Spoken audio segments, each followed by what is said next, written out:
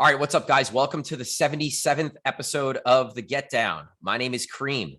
Gary W. here. What is happening What's up, in the Gar? world? It's been up since 5 a.m. Just getting things done around here, hanging out. It's been nice to be home for a few weeks. I know you've had a crazy weekend in comparison. I feel like I still have bags under my eyes, and I'm so tired right now. Which we will get into extensively because we talked about this over the weekend, how difficult it is to travel and DJ. So we'll jump into that stuff soon. But we had announced a big thing for us. First time in 2 years back at doing our networking event, the Get Down Meetup. This year we'll be at Corgi Distillery in Jersey City, kind of bringing it home back to Jersey City after doing it in the city last time. 2 years ago, we did it at Splice. Which was highly successful, and then the world shut down quite literally 3 days later. So I'm really excited about it. Got a lot of fun twists and turns. We always like to do something a little different. So I'll let you talk about some of the things that we are going to do at the event, and then. For sure. Yeah, I think this was something, the Get Down Meetup is something that Gary and I felt was important before there even was a Get Down. Yeah. We were doing these meetups and these networking events to get just local DJs together and have DJs meet so they could create a relationship and help each other somewhere down the line, And we were finding that we would put these meetups together and everyone would exchange information and have these side conversations. And then they would work together on something later, whether it was a private event or a nightlife gig or whatever it was. So that's the whole point of this, right? It's to introduce yourself to myself and Gary and talk for a little bit and, meet some of the other Get Down DJs, but also meet the other people in the room because you really have no clue who's going to be there. We've had big artists there before just hanging out. We've had radio people. We've had record execs. We've had owners of venues, managers of venues. So there's going to be a wide array of people within the music industry that are going to be at this event. And yeah, we're excited for everybody to get out and do this again. Like Gary said, we haven't done it in 2 years. So it's taken us a little while to get the planning going on this because it is a massive undertaking to plan this and get everything the way that we want it. But like I said, I think it's really worth it. So May 10th, like Gary said, Corgi Distillery. We're going to put the link in this. I'm sure you're going to get emails and see stuff for the next few weeks. We do have a cap on the number of people that can actually walk into the venue and fit in the venue. And we're pretty close to that cap already. But yeah, if you want to come, go RSVP. There's an Eventbrite. It's free. Just put your information in, put your DJ name. That's all we're looking for. So. I love this event. I mean, it gives you and it gives us an opportunity to meet so many people. When you're going out to network, you go out and you see somebody who's usually working. And it's very difficult to talk to that person while they're DJing or while you're DJing and they're trying to talk to you. So this gives an opportunity for people in all walks of our industry, whether they're bartenders or promoters or managers or owners, or just other DJs to get together and network and exchange ideas and exchange information and hopefully grow something out of it.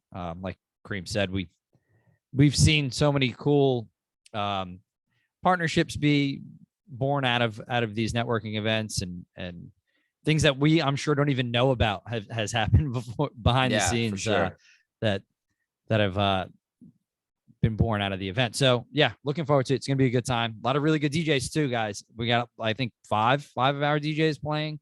So it's not just all the networking. There's also going to be, I think 5 of our Get Down DJs playing, and we'll be recording a live podcast on the spot there. So Corgi Distillery is kind of cool. They have 2 different rooms. So what I would call the library room, that's where the podcast will be recorded. We're going to have a bunch of special guests. There's not a number on it yet, but we're going to have a bunch of special guests doing that. And then, like I said, like five or six Get Down DJs just playing music. So it should be dope. Yeah, for sure. So you had a crazy weekend. Yeah, I had a pretty crazy weekend for sure. You traveled. You did the whole traveling DJ thing, which is not the easiest thing in the world. Having to catch flights and pack bags, and then touch down and get settled where you're at, and then get prepped for your event. In your case, didn't know the city that you were in really at all, right? That was your first time out to Minneapolis. That's where you were, right? Yep. First time out in Minneapolis. The Eventi guys were nice enough to give you kind of a handler out there. I'll let you shout him out and talk about that and all those guys. But yeah, talk about your experience out there. We want to definitely hear about it in detail. No, so it was super fun. So we have a really strong relationship with Eventi DJs. They are kind of Minnesota and California based. I won't get into it. We've had the owner and founder of Eventi, Gavin Boss, on the show. If you guys want to find out more about Eventi, definitely go check out that episode.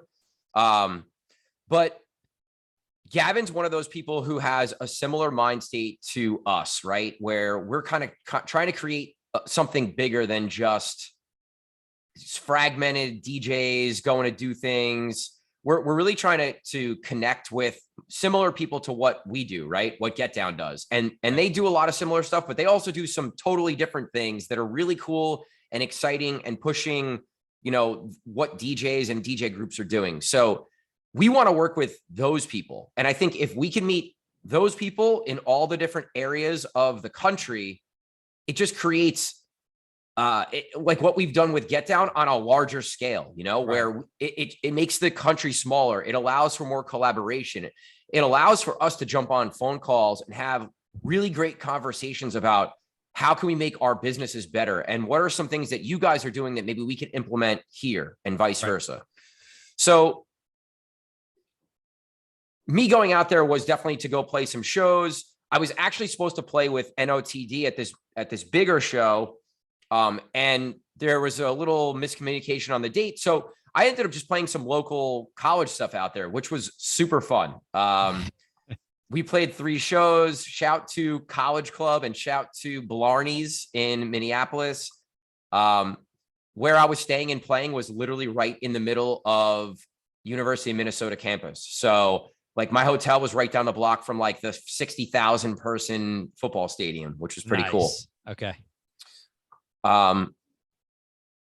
So yeah, I think like going and rocking the shows was great, but I think also getting a chance it was really like a 2-day mini mentorship program for some of the guys that I was hanging out with, so shout to Tienda who, picked me up from the airport and kind of was my handler, so to speak. And shout to Josh Hermes, who also was there and was DJing and shooting and all that stuff. But those guys were great. They're in college and they're in their early 20s. And it was like just great to kind of get their perspective on where they were and how they handled their DJ nights and how they played the music. And it was just cool.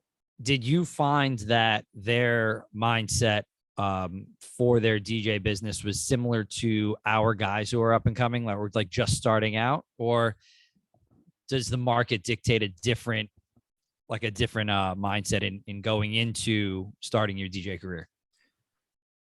I think in hanging out with them for 2 days, because not only did we work together, but like we went to the food market and walked around and shared food and talked about life and talked about like where they wanted to go. It's very apparent that like Gavin also works and hires people who are smart and have their shit together and they're responsible and they are driven and they want to succeed. So those 2 guys, while they were young, like they're the epitome of people that you and I would also want to work with, Right. Yeah. He talked about that a little bit in the podcast where I don't know if they still have the house. Do they still have the house? So I believe they're getting rid of the house that they did have. And they're going to, because the house where they had was maybe like 40 minutes away from Minneapolis. Okay. Which is another like kind of smaller city, but it's a whole other market. So now Minneapolis is a little bigger market. There are some bigger clubs doing nightlife downtown. And then there's also this college area that's like right on the outskirts of where you would see like the tall skyscraper type. So they're trying buildings. to get closer to all that. Yeah. So they're trying to get a house in that area and kind of have that shared space, work and living space with a bunch of the DJs also. Guys, if you don't know what we're talking about, go back and listen to that episode. But Gavin has like a house that a bunch of the DJs live in, and it's just a nice collaborative space and creative space for these guys to kind of grow their DJ skills and all the skills that come with this business, marketing and branding. And it's just a good space for them to live in on the come up, to where they could, not only establish relationships with each other, but then help each other grow as DJs as well. So go check that out. It's a really good episode, and to get a little background on what we're talking about here. But yeah, and he said that like so guys that aren't serious about it and guys that don't mesh well with the crew just kind of fall by the wayside, right? And so it makes sense that in building his company, and then having that house where it is a creative space, that guys that just aren't going to mesh with the rest of the crew they're not going to be existent anymore with the crew, right? They'll just fall by the wayside, like I said. So he does have a similar structure to what we have in building a quote unquote community. And it's just, it makes the whole market better, right? The market's better for those communities instead of being fragmented, singular people, Yeah, like I was hoping that I was going to get to hang with Gavin and with Willie C, who does a lot of the travel gigs for Eventi. But after spending time with Josh and Tienda, it was like, all right, well, I'm glad I got to spend time with these guys, because I feel like I could really help them not only, something we really talked a lot about was it's important to like do your job, right? And do what's asked of you from Eventi. But I think it's also to your job as a younger DJ that working with a crew to show that you could bring value as a DJ outside of Eventi as well, right? Right. So I was asking them like, well, who plays? There's a venue called Exchange downtown Minneapolis. It's big. I'm like, well, who's the big DJs that are playing these bigger clubs?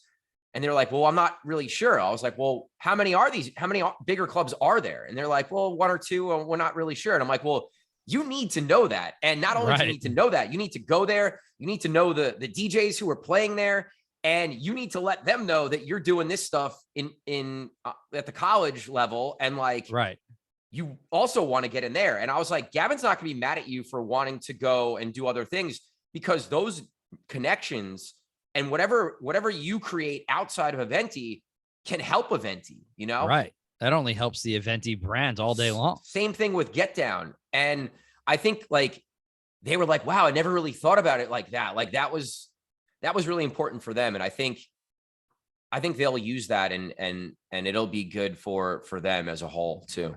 Oftentimes as a college student, you don't realize how valuable you are to the nightlife industry, like as a DJ, because it's the one time in your life where in your DJ career where you're going to be able to bring like 50 to like 300 people, whatever it might be, and I now, like in retrospect, sure, it's like, wow, that was a once in a lifetime thing that can never happen again. And it's important for college kids to know how important those couple of years are because you are so valuable to every nightclub and every bar that you step foot in because of the amount of people you can bring. Yeah. Later on in life, when you turn 35, or 30 and your friends are married and having kids and you're still grinding and you're still DJing, it becomes way more difficult to bring out a mass amount of people. Maybe you can book more tables because your friends are making more money, but oftentimes what these nightclubs or these bars are looking at is volume, right? Because the amount of volume that's brought in equates to dollar signs.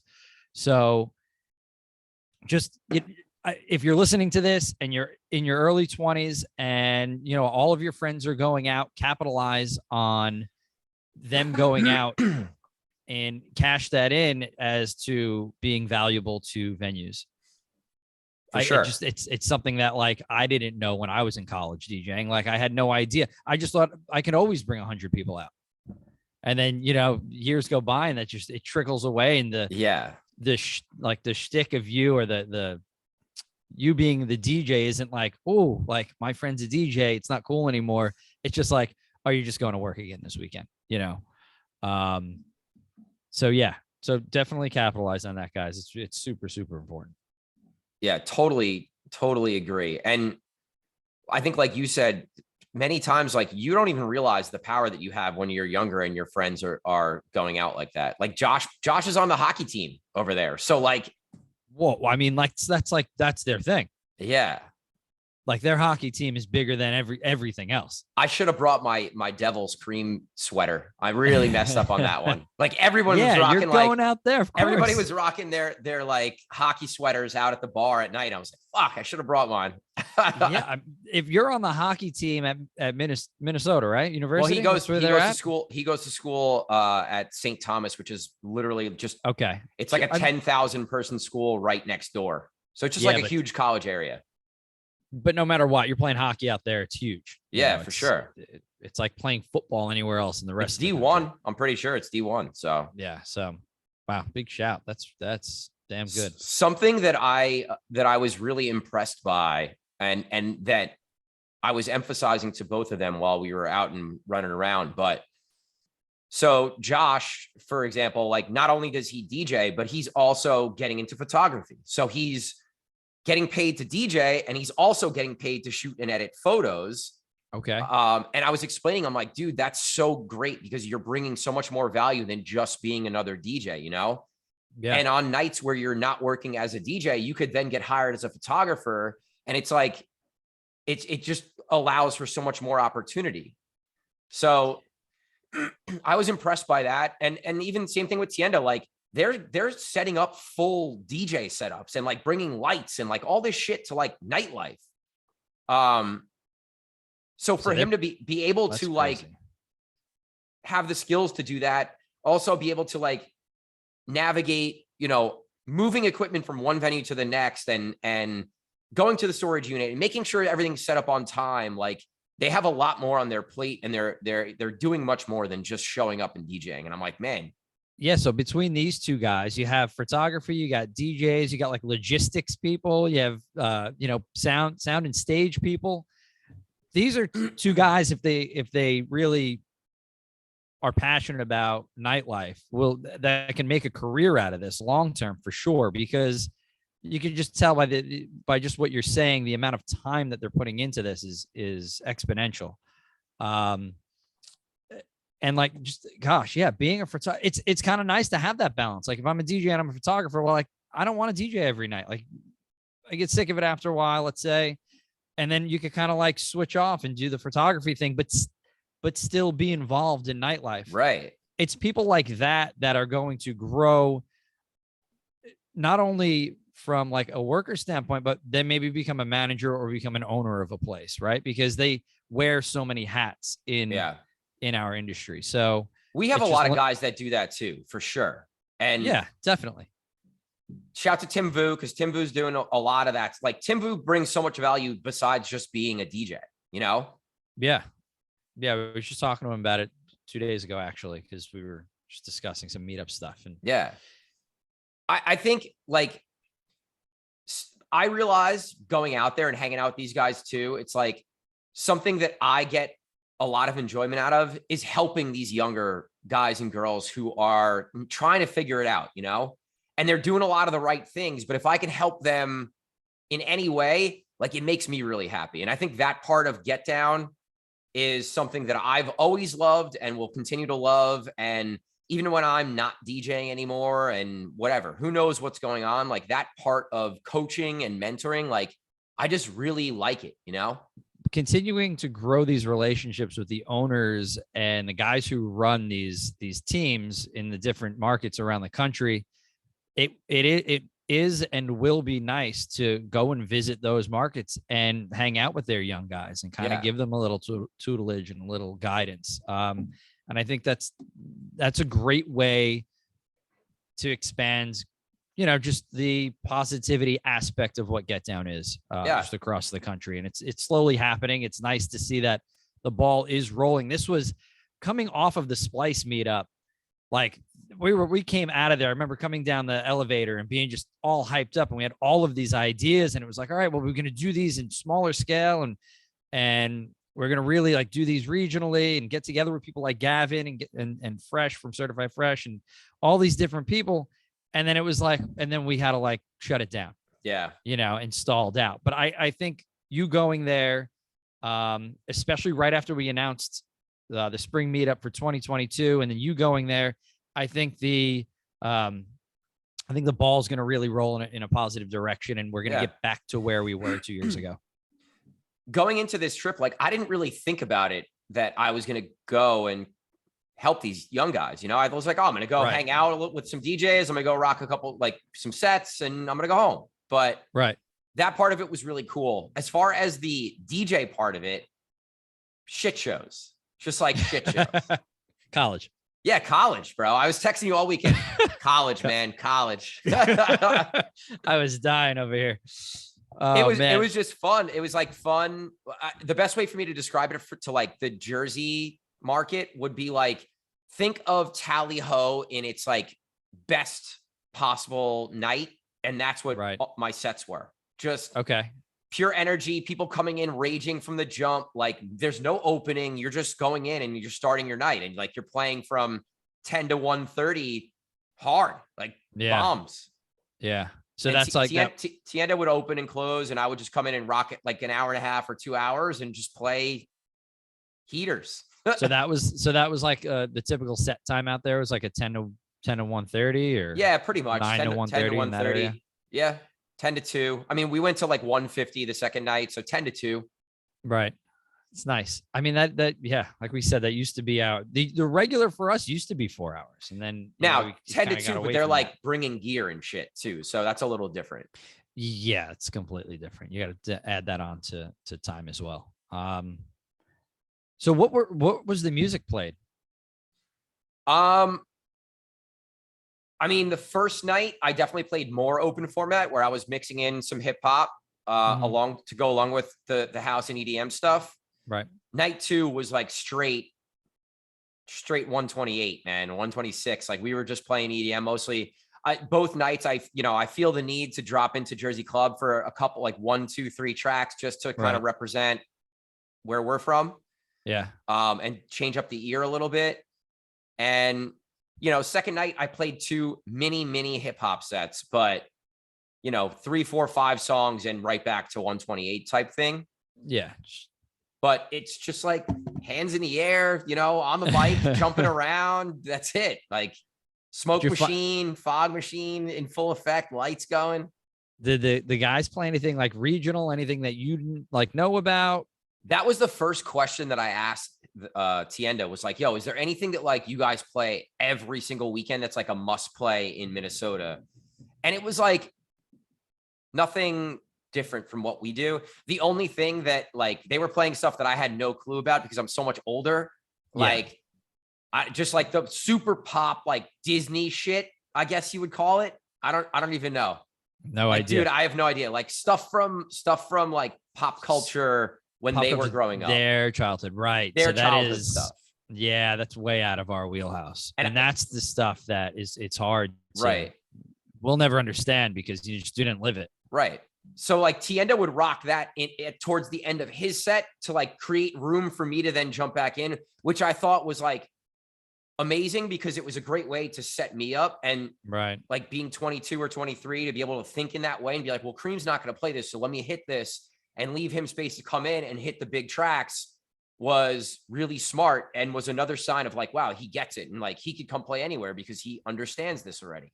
That's a pro move right there. Yeah. That's something I would have never even thought about. That's crazy. For sure. So that was pretty cool.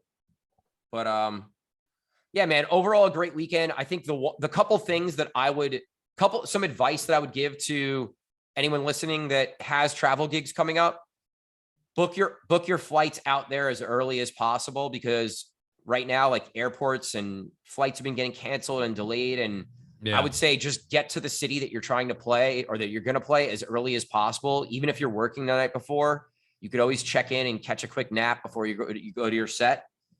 So that would be my number one thing for sure. And then the other thing is like how hard it is to get off the plane at 6 p.m. and then go DJ at 10 p.m. here on a Saturday night.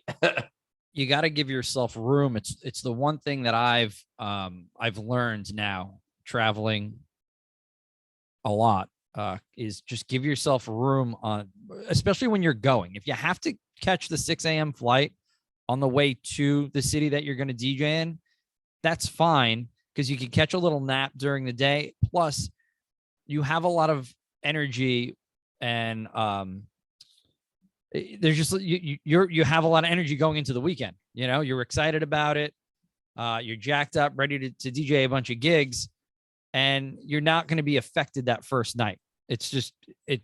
But on the way back, that's the difficult. Do not book the earliest flight on the way back home, because chances are you're either going to be late, you're going to miss your flight, whatever it might be. Yeah. You know, after rocking 6 gigs or 5 gigs in a weekend and then trying to jump on a early flight on Monday is just a mistake. So do the early flight coming from, you know, give yourself a little rest time and downtime going back, because you going back after doing 2 nights of college and then having to go play at night, you know, coming off of a flight at 6 p.m. playing at 10. It's tough. It's hard. And it's hard to then get up for that event for that night. Yeah. You know? But yeah, you know, and then Easter, and then it's just like, then you got hit with that. I was like, geez, like you had a big weekend. That's, you know, Monday was really a shutdown, because that's a lot. I know how it is. For sure. So shout to Venti, shout to Josh and Tienda. I'm sure we'll see those guys, and I'll be talking to those guys. I want to send them some stuff, but something else I wanted to touch on as I've been, you know, preparing, and I've been really trying to stay up on my music and downloading each and every week so that it only takes me 45 minutes instead of like 3 hours to go through my music download and prep. I just think that pop and dance music right now, like straight pop music and your dancier pop music, is so boring. It's so whack. It's not like, good. Slap House is so played out. I've never liked it, and I still fucking hate it. And like, people are still making it. It's just, everything that's coming out is just unoriginal to me and boring. And it's like, if it's not the Slap House thing, it's like, it's all tech house stuff, which I like, but what else is coming out right now? I think we've said this a couple of times, but I'm sick of the R&B or hip hop track with the, you know, big bass drop tech house track. You know, it's predictable. Yeah. And just as DJs, when we're getting sick of it, like, the sound needs to change. You know, something else needs to start happening. So it does. So I wanted to ask you this offline, but we'll do it here. What are your, like, what's your peak hour energy stuff right now? Like, what are your top 5? Because how I do it, like, I'll have my peak hour folder and my top 5 tracks are 1, 2, 3, 4, 5.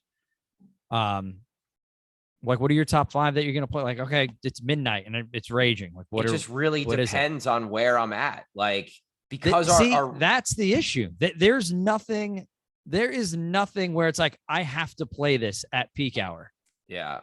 No matter where I am. We don't have that right now. That's a huge issue, I think. I don't like it. I like to have those, like, 5's a lot. I like to have those 3 tracks that, like, I know are going to work everywhere. Yeah. Like, if I'm preparing for a headline set and I know I'm going to play EDM stuff, it's all edits pretty much, you know, it's just edit. Yeah. I'm playing all edits mostly. Yeah. There's no original stuff. That's as sad to say, like, Peppa still hits as hard as it ever did, which is annoying because I don't want to play it. Right. I play Dario's a lot. But I know it works. I play Dario's a lot. Specifically, not just because it's one of our guys. I just think it's just nice to have something different. Yeah, it's great. But yeah, the peak hour thing really depends on where I'm playing, because certain venues are leaning more hip hop and Spanish, and if that's the case, that's where I'm going. If it's a room where I know it goes EDM, I generally will make a big intro with a track for a headline set kind of thing, like, as my intro. Yeah. But Yeah, like even Ashford, which has been leaning a lot more hip hop. I ended up playing a good amount of house music this week. And maybe Did that you? was because I just came from Minnesota where I was playing all house music mostly. Possibly. But it just seemed like it was hitting harder than it's been lately there. So Okay, cool. It's good to know. So no, so yeah. I mean, there really isn't much. I'm trying to think of like a good pop song that's come out that I'm like, oh, it's a club banger. But yeah, I mean, we talked about this a couple episodes ago about like what are the big records, and we just couldn't yeah, really come up with a whole lot. But I don't know. All you editors and producers out there, you don't have to make an old school hip hop record into a tech house track. And like, you don't have to play a 2000s vocal into whatever. Like, do something yeah. out of the box. Make fucking trap music. Do something different. Like, please. Something else. I'm going to have to start doing something different too, because I'm tired of making the same shit too. Yeah. I don't know. All right. I think let's wrap. I mean, I just wanted to throw that out there into the world. My quick complaint. I took a note last week when I was downloading and it was like, stop. I'm so like Slap House. I don't even want to listen to it. I'm not even listening to it. If you send me a Slap House song, I fucking hate it. Please, for the love of God. Anybody who's DJing the meetup, take note because I want you to play a full Slap House set. Just to piss Scream troll off. me. That's funny. All right, good place to wrap. It's Yeah. good to see you're back in action. Welcome back. Appreciate it. Good to be back. Yeah. All right, guys. Episode 77. Thanks for listening to this episode. We'll talk to you guys soon. Peace. Peace, guys.